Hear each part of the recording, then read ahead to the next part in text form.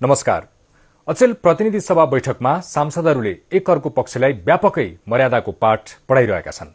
यसमा सत्ता पक्षका सांसद अझै अगाडि देखिन्छन्।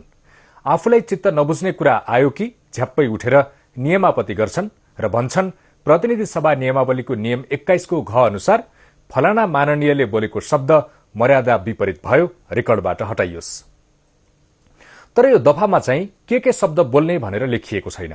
लेखिएको छ त केवल अशिष्ट, अश्लील, अपमानजनक, आपत्तिजनक शब्द वा सार्वजनिक शिष्टाचार वा नैतिकताको प्रतिकूल हुने गरी बोल्न र कुनै व्यक्ति, जाति, धर्म, भाषा वा लिङ्गलाई हुच्याउने वा अरू कुनै किसिमले असर पर्ने गरी बोल्न र असंसदीय शब्द प्रयोग गर्न नहुने। तर असंसदीय भन्नाले कुन कुन हुन् त?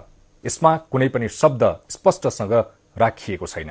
भारतमा राज्यसभा वा लोकसभा वा विधानसभाहरूमा कयौं शब्दलाई असंसदीय शब्द मानेर तिनको सूची तयार पारिएको छ, जसका कारण एकपटक कसैले नियमापत्ति गरेमा वा स्पीकरले असंसदीय शब्दका रूपमा रेकर्डबाट हटाउने निर्णय गरेमा ती शब्दहरू फेरि प्रयोग गर्न पाइँदैन, जसका कारण वर्षौंदेखिको संसदीय अभ्यासबाट त्यहाँ थुप्रै शब्दमाथि प्रतिबन्ध लगाइएको छ, जस्तो कि तानाशाह, बालबुद्धि, दोहोरो चरित्र, नौटंकी, गद्दार, गोइका आँसु, असत्य, कालो दिन, दलाल, चम्चागिरी, भ्रष्ट, अराजकतावादी लगायत।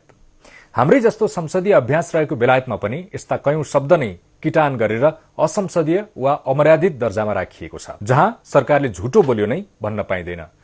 बेलायतको संसदमा लायर जस्तै दुष्ट, कायर, मूर्ख, निकृष्ट व्यक्ति, गुण्डा, मुसा, देशद्रोही, पाखण्डी, अज्ञानी जस्ता शब्द प्रयोग गर्न पाइँदैन।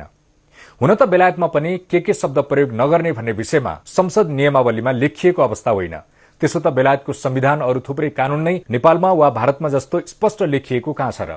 बेलायतले सन् 1215 को म्याग्ना कार्टा वा 1689 को बिल अफ राइट्स जस्ता विभिन्न कानून, नियम वा सम्झौतालाई नै संविधान र कानूनका रूपमा स्वीकार गरेको छ र प्रयोग गरिरहेको छ। तर संसदमा विगतमा ब्यान गरिएका वा असंसदीय भनिएका शब्दहरू फेरि दोहोर्याउन पाइँदैन।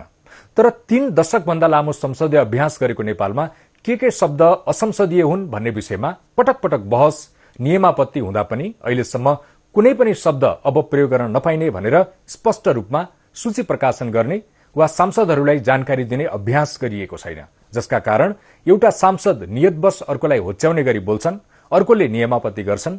त्यो सिलसिला चलिरहेको छ। मूलतः शब्द कस्ता प्रयोग गर्ने भन्दा पनि कुन नियतले ती शब्दहरू प्रयोग भए भन्ने सन्दर्भलाई बुझेर सभामुखले नै यसबारे निर्णय गर्दै जाने र संसद सचिवालयले वर्षभरिको अभ्यासमा असंसदीय करार गरिएका शब्द के भए भन्ने सूची प्रकाशन गर्ने हो भने यो समस्या कम हुन्थ्यो कि?